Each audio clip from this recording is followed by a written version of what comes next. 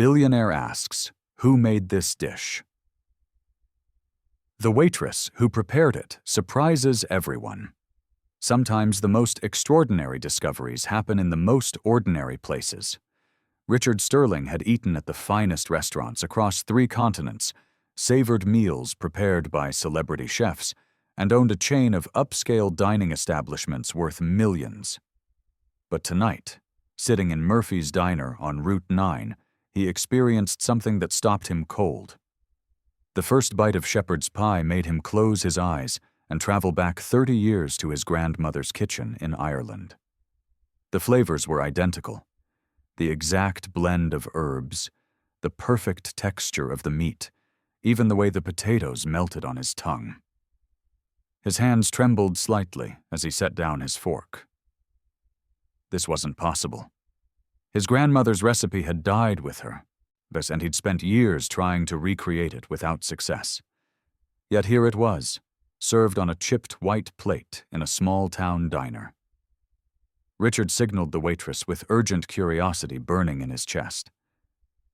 "Where are you watching from tonight?" The fluorescent lights hummed overhead as Richard studied every detail of Murphy's Diner. Red vinyl booths cracked from years of use, black and white checkered floors worn smooth by countless footsteps, and the familiar smell of coffee that had been brewing since dawn.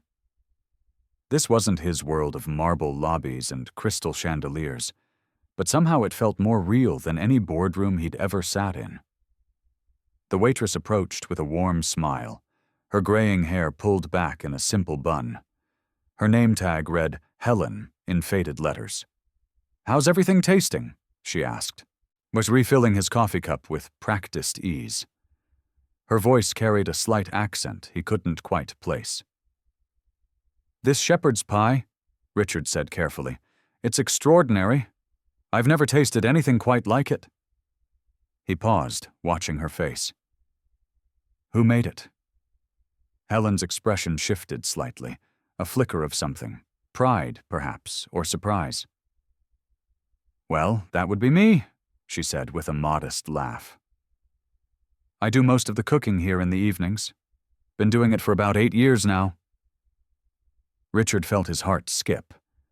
This woman, probably in her early 60s, wearing a simple blue uniform and comfortable shoes, had somehow recreated his most treasured childhood memory. "The recipe," he pressed gently. "Where did you learn it?" "Oh, that's been in my family for generations," Helen replied, wiping her hands on her apron.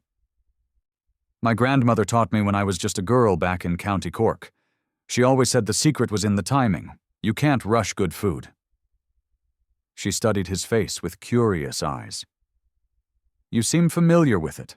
Have you had something similar?" Richard's throat tightened. County Cork.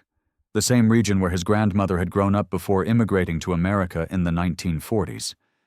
The coincidence felt impossible, yet the evidence was right there on his plate. "My grandmother used to make something very much like this," he managed. "She passed away when I was 12, and I've been searching for that taste ever since." Helen's expression softened. "Food has a way of carrying memories, doesn't it? My grandmother always said recipes are like love letters we pass down through the generations." She glanced around the quiet diner, then back at him. "What was your grandmother's name, if you don't mind me asking?" "Bridget O'Malley," Richard said quietly. "She came to Boston in 1946 with nothing but a suitcase and a head full of recipes from the old country." Helen's face went pale. The coffee pot in her hand trembled slightly, and she set it down on the table with shaking fingers. "Bridget O'Malley," she repeated in a whisper. "Sweet Mother of God." She pulled out the chair across from him and sank into it, her legs suddenly unsteady. "That was my grandmother's sister. She left for America when I was just a baby, and we never heard from her again." She looked up at Richard with tears forming in her eyes. "You're telling me you're Bridget's grandson?" The diner seemed to grow smaller around them as 2 strangers realized they were anything but. or the silence stretched between them as Richard stared at Helen, his mind racing to process what she'd just revealed. His grandmother's sister. Family he never knew existed. Helen's hands remained pressed against the table, her knuckles white with emotion. Around them, the diner continued its quiet evening routine. The cook scraping the grill, the coffee maker gurgling, the soft murmur of the few remaining customers. But their corner had become an island of profound discovery. "She used to talk about her sister Helen," Richard whispered, his voice barely audible. "Late at night, when she'd had too much wine, she'd cry about leaving family behind. She'd say, 'My little Helen was just learning to walk when I left. She'll never know her big sister Bridget.'" His eyes filled with tears. "But you were that little Helen." Helen covered her face with her hands and wept quietly. When she looked up, her eyes were red but determined. "Tell me about her. Please. I've wondered my entire life what happened to Bridget. Mother would never speak of it. Said it was too painful to discuss family who were gone forever." Richard reached across the table and gently touched her hand. "She was the strongest woman I ever knew. She worked 3 jobs to support my father after my grandfather died. Every Sunday she'd make that shepherd's pie and tell me stories about the green hills of Ireland and the sister she'd left behind. She kept a photo of a little girl with curls. She said it was you, the only picture she had from home." "I have that same photo," Helen breathed. 2 little girls by a stone wall. I never knew who the older girl was until now." She wiped her tears with her apron. "Bridget taught you to appreciate good food, didn't she?" "She taught me to appreciate everything that mattered," Richard said. "Love, family, hard work, and the importance of remembering where you came from." He hesitated, then decided to be honest. "Helen, I need to tell you something. I'm not just anyone missing his grandmother's cooking. My name is Richard Sterling. I own Sterling Hospitality Group. We have restaurants in 15 states. Helen blinked in surprise. "The Sterling restaurants? The ones in all those fancy hotels?" She laughed, despite her tears. "And here you are, in Murphy's Diner, eating my shepherd's pie off a chipped plate." "The best meal I've had in 20 years, Richard said firmly. "Helen, this might sound crazy, but I've been looking for someone exactly like you. Someone who understands that real cooking comes from the heart, not from a corporate recipe book." He leaned forward eagerly. "I'm opening a new restaurant in Boston. Something different from my usual places. Somewhere that feels like home, like family. Would you consider being my head chef?" Helen stared at him in shock. "Richard, I'm a 62-year-old diner cook. I've never worked anywhere fancier than Murphy's." "You're Bridget O'Malley's niece," he said softly. "You carry her recipes, her spirit, her gift for making people feel loved through food. That's worth more than any culinary degree." He paused, watching her face carefully. "Think about it, Helen. We could honor her memory together. If this moment touched your heart, please give the video a thumbs up." Helen sat in stunned silence. Her entire world suddenly expanded beyond the familiar walls of Murphy's Diner, while Richard waited anxiously for an answer that would change both their lives forever.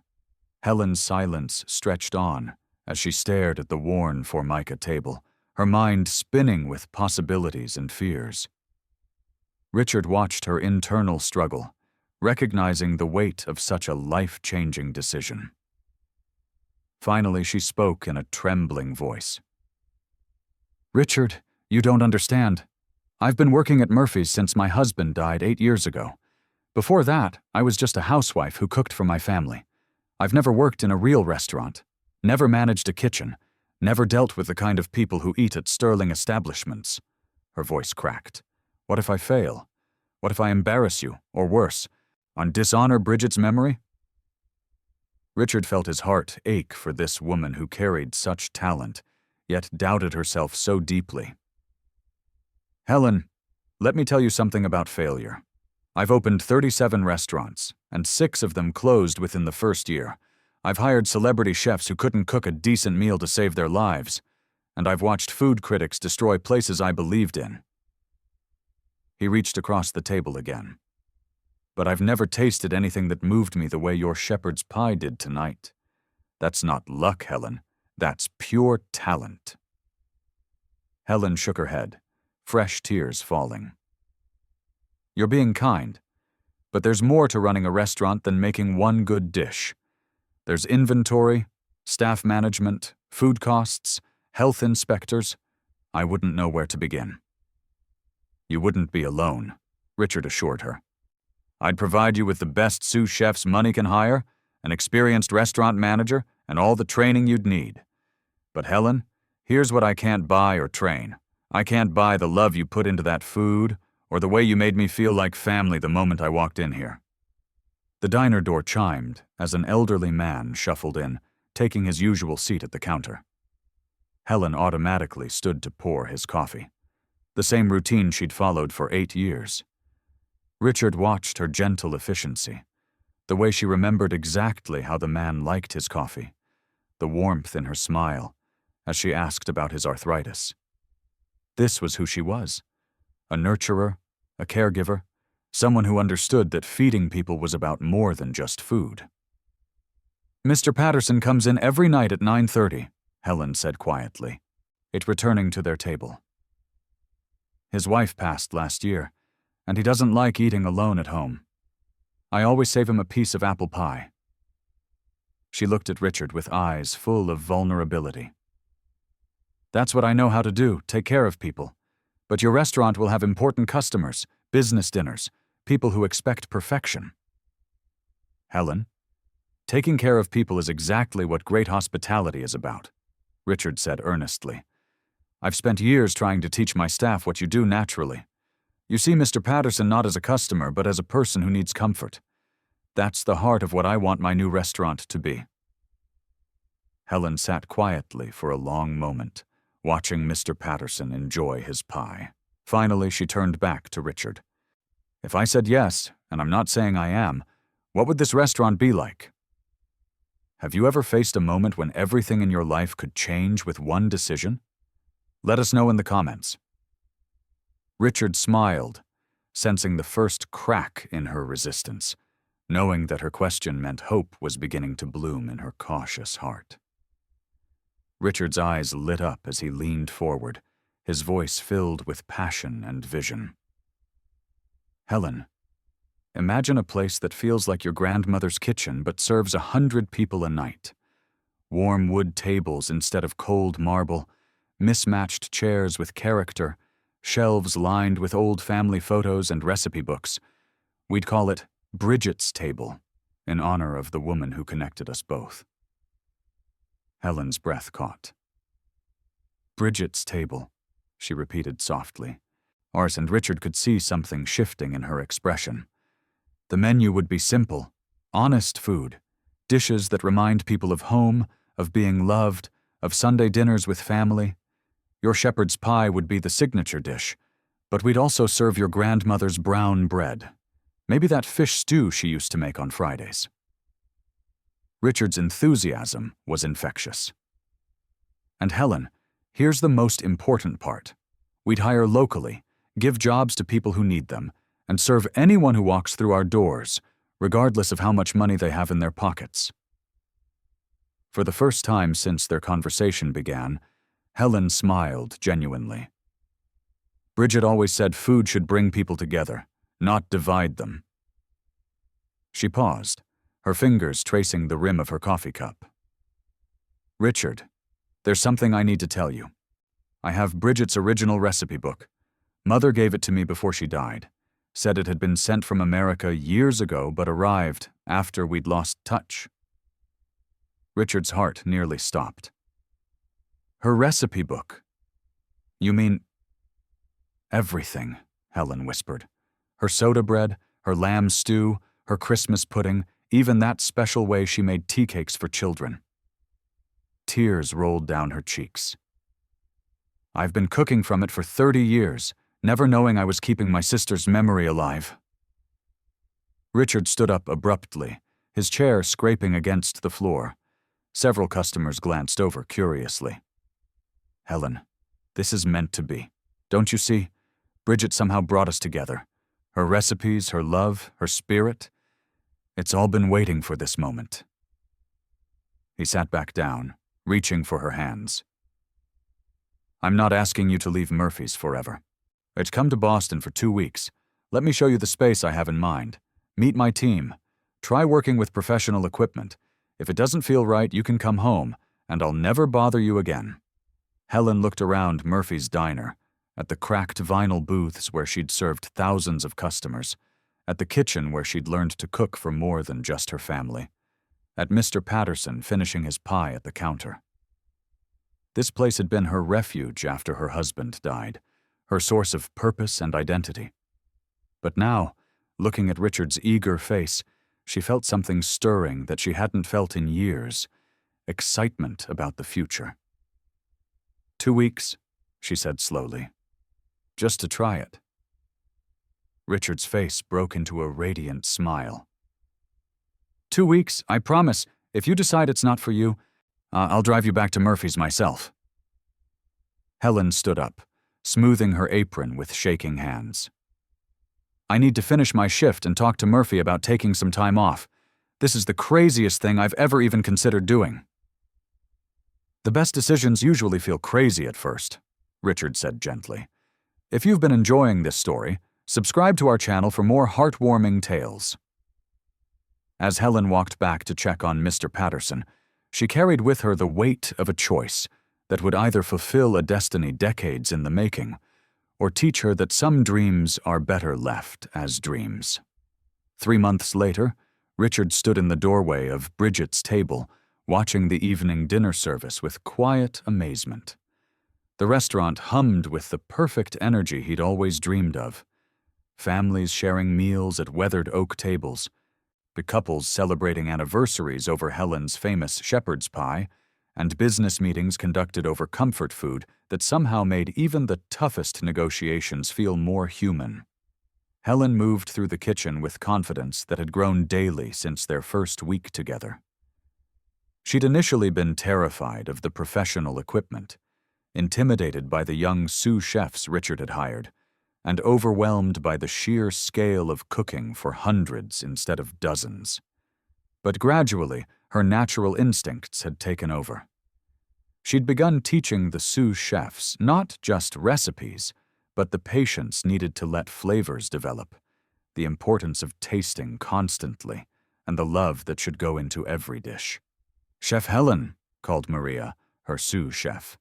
"Table 12 is asking if you could come out to meet them, or if they want to compliment the lamb stew." Helen smiled, wiping her hands on her apron. "Tell them I'll be right there." She'd grown comfortable with the title chef, though she still sometimes felt surprised to hear it. At the dining room entrance, she paused to watch the scene before her. A young family with 2 small children sat at table 12, the parents looking relaxed for the first time in what was probably months. The children had cleaned their plates, always Helen's best compliment. Richard appeared beside her, following her gaze. "The Thompsons," he said quietly. "They come in every Friday. Mrs. Thompson told me last week that this is the only restaurant where their kids actually eat vegetables." "It's because we cook them the way their grandmother would," Helen replied, was with patience and a little extra butter. They walked to the table together, and Helen knelt beside the youngest child, a girl of maybe 4. "Did you like the carrots tonight, sweetheart?" "They tasted like happiness," the little girl announced solemnly, making her parents laugh, and Helen's eyes mist over. Later that evening, after the last customer had left and the kitchen was cleaned, Helen and Richard sat at the bar sharing a cup of tea, made exactly the way Bridget's recipe book specified. "Any regrets?" Richard asked, studying her face in the warm light. Helen considered the question seriously. "Only one. I wish Bridget could see this place. I think she'd be proud that her recipes are bringing families together again." "I think she can see it," Richard said softly. "And I know she's proud. Look what you've built, Helen. Would you've taken her love and multiplied it by hundreds?" Helen reached into her apron pocket and pulled out a faded photograph. Two little girls by a stone wall in County Cork, arms around each other, smiling at a future they couldn't possibly have imagined. "I keep this here every day," she said, "to remember that love finds a way, even across oceans and decades." Richard raised his teacup. To Bridget O'Malley, who somehow knew that her shepherd's pie would bring her family back together. To Bridget, Helen agreed, and to discovering that it's never too late for dreams to come true. Outside, Boston's city lights twinkled like stars, but inside Bridget's table, two relatives who'd found each other in the most unexpected way continued their grandmother's legacy of feeding both bodies and souls. If you enjoyed this story, please remember to like, leave a comment with your thoughts, and subscribe for more heartwarming tales. Thank you for joining us on this journey of family, food, and the beautiful surprises life can bring when we least expect them.